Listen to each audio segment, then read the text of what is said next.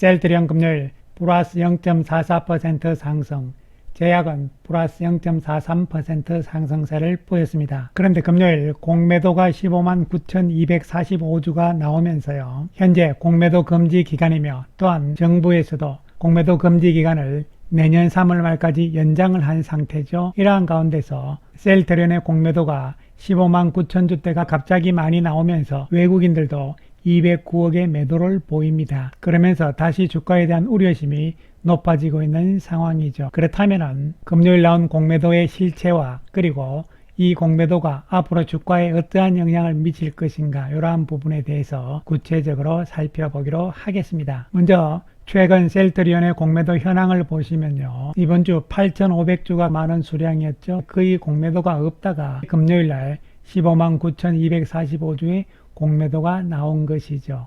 그렇다면 이 공매도가 공매도 금지 기간인데 어떻게 되는 것이냐, 이런 부분이죠. 그래서 KRS 정보 데이터 시스템에 들어가 보면요, 업틱률 예외로서 15만 9,245주의 공매도가 나온 것이죠. 그래서 11월 6일부터 계속 살펴보시면은 공매도 금지 기간 동안 나오고 있는 공매도 물량들은 업틱률 예외라고 보시면 되겠습니다. 그럼 여기서 궁금한 것은 업틱률은 뭐고 업틱률 예외는 또 무엇이며 공매도 금지 기간에도 업틱률 예외는 공매도를 할 수 있다는 이야기인가, 이런 부분에 대해서 살펴보기로 하겠습니다. 먼저 지난 13일 날 정부에서 금융위원회에서는요, 공매도 금지 조치를 25년 3월 30일까지 연장한다, 이렇게 이야기를 하고, 마지막에 보시면요, 단 시장 조성자, 유동성 공급자 등 시장 안정을 훼손할 우려가 없는 차입 공매도는 허용한다, 이렇게 이야기를 했습니다. 그러면은 정부의 보도자료에서 나오는 예외 조항들이죠.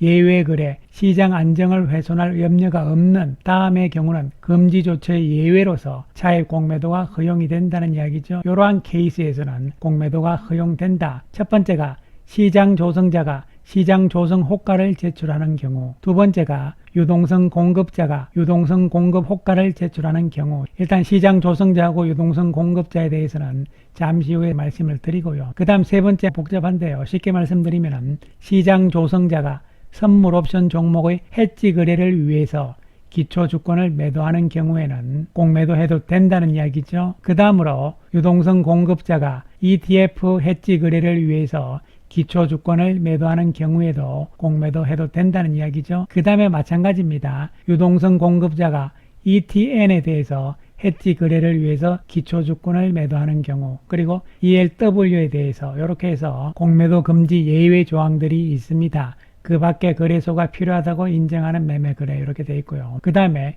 시장 조성자, 유동성 공급자의 경우에는 공매도 금지 예외니까 공매도를 해도 된다는 이야기잖아요. 이 부분이 일단 문제가 좀 있다, 이렇게 보시면 되는 것인데요. 시장 조성자는 시장 조성을 위해서 종목별로 호가를 현재 가격과 무관하게 제출할 수 있는 경우입니다. 이 부분이 문제가 상당히 있는 것이죠. 사실은 시장 조성의 개념은 뭐냐면 시장에서 거래가 잘 안 되는 종목에 대해서 증권사가 시장 조성자로서 개입을 해가지고 거래를 원활하게 시키기 위해서 호가를 계속 내는 것이죠. 그런데 거래가 잘 안 되는 종목만 국한되는 것이 아니고 거래가 잘 되는 우량주, 이런 것까지도 시장 조성자들이 개입을 할 수가 있다는 것이죠. 물론 시장 조성 종목군들도 정해 있는 것은 사실이긴 합니다만요. 그래서 이 부분에 대해서 말들이 많습니다. 유동성 공급자는 대부분 ETF, ETN, ELW라고 보시면 되고요. 그래서 이러한 부분들이 공매도 금지 예외 조항이다, 이렇게 보시면 됩니다.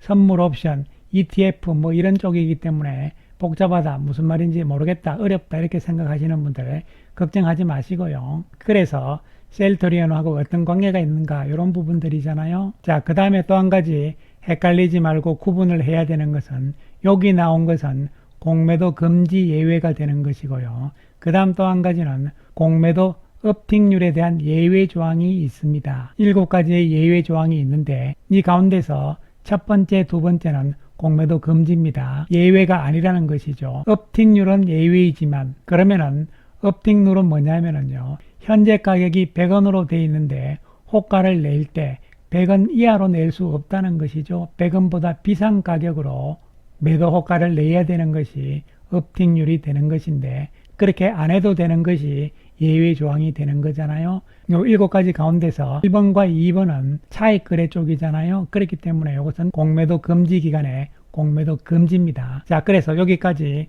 아시는 분들은 잘 아시는 거고요.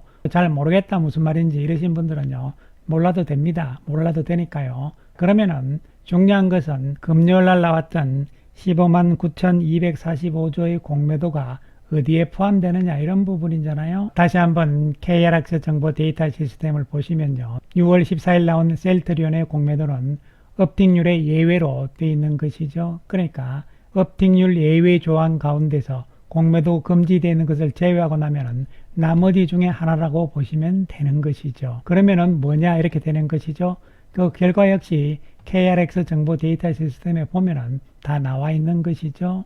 시장별 공매도 예외 글인데요. 일단 종목별로는 나와 있지 않고요. 시장별로 봐도 셀트리온의 공매도가 뭔지 답이 나오는 것이죠. 왜냐하면 14일 날 코스피 시장 전체적으로 봤을 때 나온 공매도가 여기 있죠. 공매도 전체 204만 주죠. 204만 주의 공매도 전체가 나왔는데 이게 전부 다 예외 거래였다. 그렇다면 예외 거래 가운데서 뭐냐? ETF 유동성 공급자 쪽에서 나온 업팅률 예외이면서 공매도 금지 예외인 ETF 유동성 공급자의 매도였다고 보면 되는 것이죠. 그렇다면 셀트리온의 공매도 15만 9,245주 역시 여기에 포함이 되어 있는 것이죠. 왜냐하면 시장 전체적으로 다른 쪽의 공매도는 전혀 없으니까요.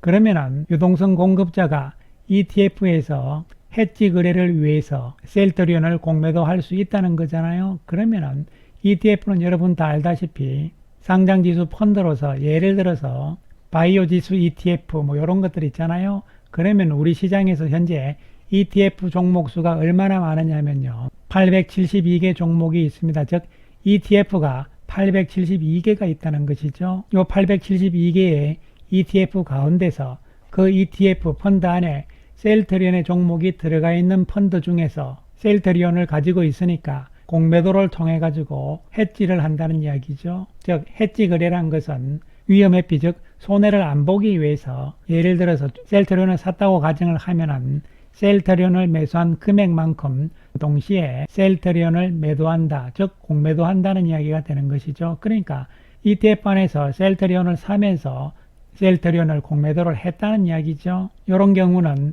ETF를 신규로 처음 만들 때 발생하는 경우도 있지만요, 그렇지 않은 경우도 있습니다. 왜냐하면 ETF에서 셀트리온을 추가로 더 편입을 하면서 동시에 공매도를 한다는 이야기도 되는 것이기 때문이죠. 이러한 거래가 해지 거래가 되는 것이죠. 그러면 ETF에서 셀트리온을 추가적으로 내지는 신규로 15만 9,245주의 셀트리온 주식을 샀다는 이야기잖아요. 그와 동시에 공매도를 하면서 해지 거래를 했다는 이야기죠. 나중에 셀트리온 주가가 내려가도 손해가 나지 않잖아요. 그러한 거래가 바로 해지 거래라고 생각을 하시면 됩니다. 어렵게 생각하실 거 없다. 그렇다면 이것은 뭐냐면요, 주식 시장 조성자 내지는 주식 유동성 공급자 그리고 파생 시장 조성자 쪽에서 나오는 공매도 물량도 불법적인 공매도 여지는 있을 수 있습니다. 100% 있다는 이야기가 아니고요. 그리고 어떤 의도적인 부분들도 있을 수가 있습니다. 하지만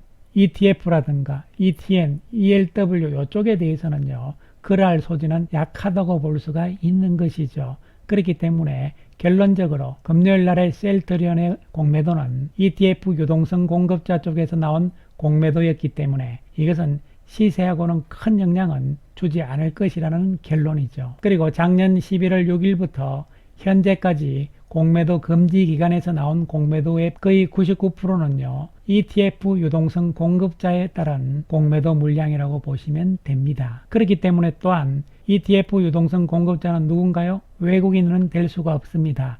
국내 기관 투자가들이라고 보시면 되는 것이죠. 따라서 결론적으로 셀트리온 외국인들 다시 공매도하면서 주가 꺾는 거 아닌가, 이러한 우려심은 가지실 필요가 없다는 말씀 분명히 드리겠습니다. 그리고 공매도를 통해서 어쨌든 주가를 의도적인 그러한 상황들도 아니라고 볼 수가 있는 것이죠. 물론 이와 같이 공식적으로 나온 데이터 뒤에 숨어서 뭔가 저지르는 불법적인 부분 이런 건 알 수가 없잖아요. 그런 부분들을 제외한다면 금요일날 셀트리온의 공매도 물량은 우려하실 필요가 없다는 말씀 다시 한번 드리겠습니다. 자, 그렇다면은 그동안 셀트리온이 공매도 금지 기간 이후부터 해서 공매도량의 추이를 한번 살펴보기로 하겠습니다. 금요일날 15만 9천 주 이렇게 나왔고요. 그 전에도 한번 있었죠. 23년 12월 14일날 12만 3,560조의 공매도가 나왔고, 또 조금 많은 경우도 이런 경우들이 있는데 전부 다 ETF 유동성 공급자의 공매도 물량이었습니다. 지난 12월 14일 날 공매도가 많이 나왔잖아요. ETF 쪽에서 나온 건데, 그런 시점에 주가 움직임을 보더라도 그날은 좀 빠졌지만요, 음봉으로. 그 이후로 올라가면서 24만 1,000원의 고점을 찍기 전에 나왔던 부분이거든요. 그렇기 때문에 그때 나왔던 공매도 물량들, 오히려 그 이후 주가는 올랐다는 이야기죠. 그리고 그 이후 2만 주, 3만 주 정도 간혹씩 나왔던 공매도 전부 다 ETF 쪽이었기 때문에요. 주가에는 큰 방향성하고는 관계가 없었다고 볼 수 있는 것이고, 또한 이번에도 역시 그럴 가능성이기 때문에 공매도에 대한 트라우마에서 벗어나시기 바라겠습니다. 그리고 셀트리온은 금요일날 자사주 매입 발표를 했죠. 41만 734주고요. 발표 이전까지 1051만 5천주대였는데요. 이번에 추가적으로 사게 되면요, 1100만 주에 육박하는 수준이 되는 것이죠. 물론 우리가 아시다시피 자사주를 매입한다 해서 주가가 크게 올라가느냐, 그런 부분보다는 주가를 방어한다는 측면으로 생각을 하고요. 또한 일부에서는 자사주 산다고 들어오니까 공매도 한다 이렇게 이야기를 하시는데요. 이상한 쪽으로 생각하실 필요는 전혀 없다는 말씀 다시 한번 드리겠습니다. 따라서 중요한 것은 펀더멘탈로 복귀를 하셔야 되고요. 펀더멘탈 측면에서는 우리가 여전히 기대를 가질 수 있는 것이고, 최근 목표 가격이 또 올라가잖아요. 그렇죠? 24만 4천원대까지 주가에 반영될 시점은 그리 멀지 않았다 이렇게 생각을 할 수 있는 것이죠. 물론 단기적인 측면에서의 수급 부분에서의 혼돈이 약간 있을 수도 있습니다. 그러나 아직까지 외국인들도 단기 매매의 형태죠. 즉 패시브 자금이라기보다는 액티브 자금의 성격이 강한 단기적인 성격의 외국인이라고 보시면 되는 것이고요. 또한 투신권이 지난 목요일날 만기에 따라서 크게 매도를 했는데요. 어느 정도 예상을 했듯이 금요일날은 다시 매수로 바뀌잖아요. 그렇기 때문에 만기에 따른 투신권의 매도였다고 볼 수 있는 것이죠. 그렇다면 큰 우려할 필요 없다는 것이고요. 이에 따라서 수급 역시 나쁘게 볼 필요는 없다는 말씀 드리겠습니다. 여기서 박스권의 저점을 또 이탈하고 이러면서 추세적으로 안 좋아지는 이러한 상황은 아닐 것으로 생각을 해봅니다. 오히려 ETF 쪽에서의 매수와 또한 공매도 이런 부분 등 손바뀜 현상이 나타나고 있다는 것이죠. 그렇기 때문에 긍정적으로 봐도 될 것으로 생각이 되고요. 또한 6월달은 재차 양봉을 크게 좀 보여주면서요, 2단 상승을 출발하기를 우리는 기대를 하자는 말씀 드리겠습니다. 감사합니다.